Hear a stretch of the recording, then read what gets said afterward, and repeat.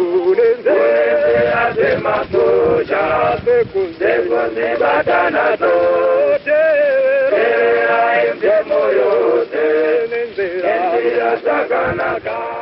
Maneru akanaka muri Zimbabwe. Ndini Blessed Geza, Comrade Bombshell. Ndinokuborosai nemufaro mukuru chaizvo. Chokutanga ndoda kutendai muri Zimbabwe nemadairo amaita chikumbiro chedu chekuti mugare mudzimba. Shutdown yatakakumbira kuti iitike yakudirira chaizvo. Tinokutendai.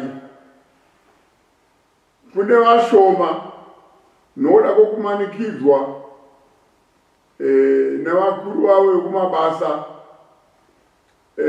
especially civil servants, vakamanikidzwa kuti kana mukasauya kumabasa munodzimwa mabasa. Tinokupirisai kuti Zimbabwe nedonzo ratiri kuda kurwisa iri rimwe chete. Tinogara muZimbabwe imwe chete. Matambudziko atinosangana nawo mamwe chete. Musateerera zvese izvozvo. Kana tatizvo shutdown, garai kumba mese. Because munhu wamuri kuteerera iyeye ndiye munhu atiri kuda kuti aende. Kana aenda munhu, magariro enyu achaimprova, masalaries enyu achaimprova. Saka toda kuti uyu munhu aende. Kuna avo vemashops, musabvuma kutyidzirwa. Takazwa kuti vamwe musika vainzi, tinokutorerai misika iyoyo. Hakuna munhu anokutorerai misika iyi. Hakuna munhu ane musika. Musika ndeye Zimbabwe. Saka hamutorwi musika yenyu, ndeyenyu musika iyoyo.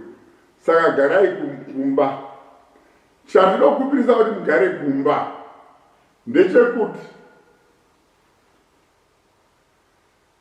pakurwisana kuchaitwa zvigananda izvi, zvimwe zvacho zvina mabodyguards ane futi, zvimwe zvacho zvakatsvagirwa mamesinari ane futi. Panokwanisa kuita exchange yefuti. Saka munobatwa inonzi crossfire.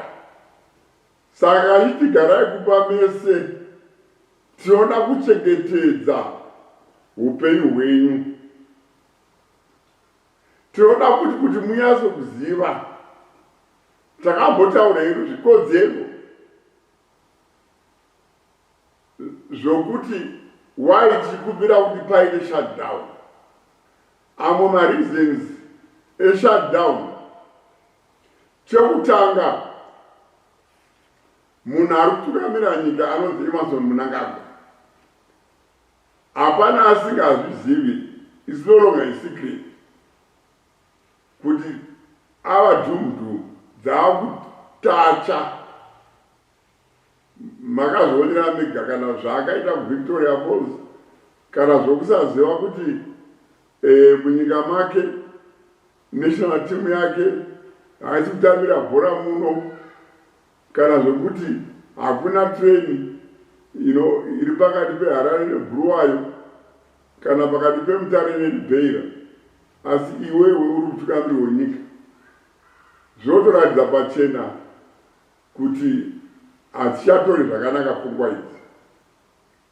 Saka saizvozvo Mnangagwa ane matsotsi kana kuti zvigananda zvakamupoteredza zviri kutora advantage yeudhumudhumu hwake.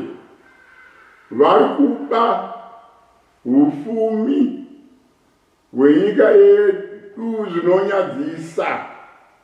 Ndosaka muchiona muchisangana nematambudziko ese amuinawo ekuti zveshuwa munhu anoshaika muhospitara hombe yakafanana neyakashaikira Pinjis. achishaya pedikila chaiyo. Munowaona varwere vedu vachirara pamaflow mumahospital mahombe akadaro, vamwe vachibatirwa namakadhibox, mari yose ichida kuzviganana. Ndikamutaurirai dzimwe mari dzake dzakabiwa, ndichataura vashoma shoma. Vamwe vacho ndakataura kumazuva mashomana akapfuura. Vandoda kutaurirai zvigananda zvihombe, mari yavakaba. Tina anonzi kuda kwashe tagwirei. Ari ega akaba 7 billion United States dollars. Tinouya pana wiki inochibvayo. Tsamba rafuta uyo ari kupamba achikutunyira ine mari dzenyu dzaari kuba. Pane nyaya yegwanda hapana asingaizivi. Yaakaba 500 million US dollar. Achinzi ari kuisa solar plant. Solar plant yacho namanje kana one panel, solar panel hakuna. Apa mkudaro panyaya yezek Zimbabwe Electoral Commission akabuda ne 800 million marand. Toba ipapo akaba 540 million US through matenda aipuwa echitsotsi. Iye manje tinonzwa kuti akapuwa kuti matenda akawanda ekugadzira migwagwa. Iye haana kana greda kana 1. Noda kuti anongopuwa tenda obhadharwa asina kuita basa racho. Tina Guamatanga ndiye Secretary for Finance. Akaba 800 million US dollars. Madiri ese anoitika munyika through government. Ndiye anofacilitator kuti zvigananda zvikwanise kuba mari yenyu. Padhiri rega rega anopuwa 10% yemari inofanira kubhadharwa.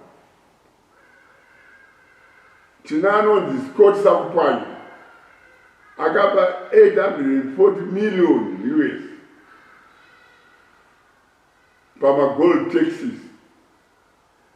Iye anenge achingonzi exporter gold yako kwaunoda vozogovana mari yacho namunangagwa.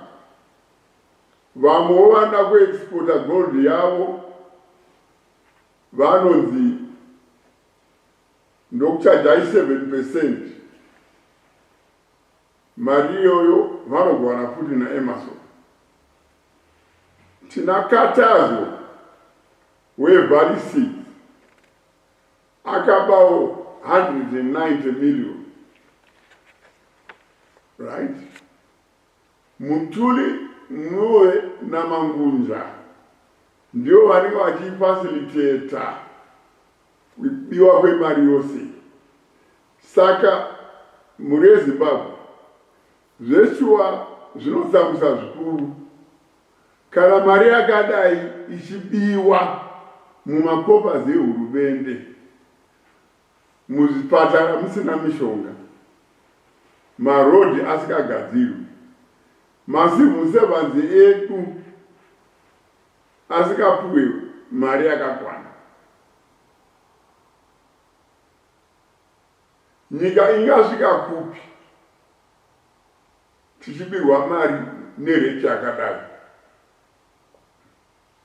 Saka ndapota muri Zimbabwe panyaya iyi yokuti Mnangagwa ngaende, zvigananda ngazvisungwe, ngatibatanei. Isu vamwe venyu munongoonawo mazara yedu aya. We are in the afternoon of our lives. Hondo yatiri kurwa iyi tiri kuita kuti tisiyewo legacy. Tiri kurwira imwe vechidiki kuti tikusiyirewo nyika yakanaka. Tikaregerera zvakadaiwo so tinokusiyirai deme renyika. Saka ngatibatanei mhuri yeZimbabwe. Munhu anonzi Emmerson Mnangagwa nezvigaranda zvake zvadataura izvi zvishoma. Zvigaranda zvadataura vakawanda masauti nawo. Ngatibatanei vanhu ava vaitwe bring to book. Emmerson Mnangagwa abve pachigaro. Sekutaura kwandaita, upfumi huri kubiwa upfumi hweZimbabwe. Mahospital akushayiwa mishonga, mahospital eZimbabwe. Marodhi akaipa asingafambiki, marodhi eZimbabwe. Saka kana tiita hondo iyi, ihondo yevanhuri yose yeZimbabwe, mwana wese weZimbabwe ngaazive kuti kuenda kwaMnangagwa nezvigaranda zvake kunonakira mhuri yose yeZimbabwe. Hakunakiri ZANU-PF, hakunakiri CCC, hakunakiri MDC, hakunakiri any party or any religion. Kotinakira tose. Because zvipatara zvatinopinda zvimwe chete. Government dzatinoshandira imwe chete. Masalari atinowana amwe chete. Saka ndinokumbirisai mhuri yeZimbabwe. Ngatiitei hondo itakabatana semhuri imwe chete. Toona kuti kubatana kwatakaita toenderera mberi nokuvaka nyika yedu yeZimbabwe takabatana semhuri imwe chete. Sekutaurirana kwatakaita, shutdown yedu chinangwa chayo ndichekuona kuti Emmerson Mnangagwa abuda pachigaro cheupresident, abuda muState House. Zvigananda zvake zvese zvabatwa zvapindwa mumajere. Saka nyaya iripo ndeyekuti shutdown yedu inoenderera mberi kusvikira taita achieve our goal.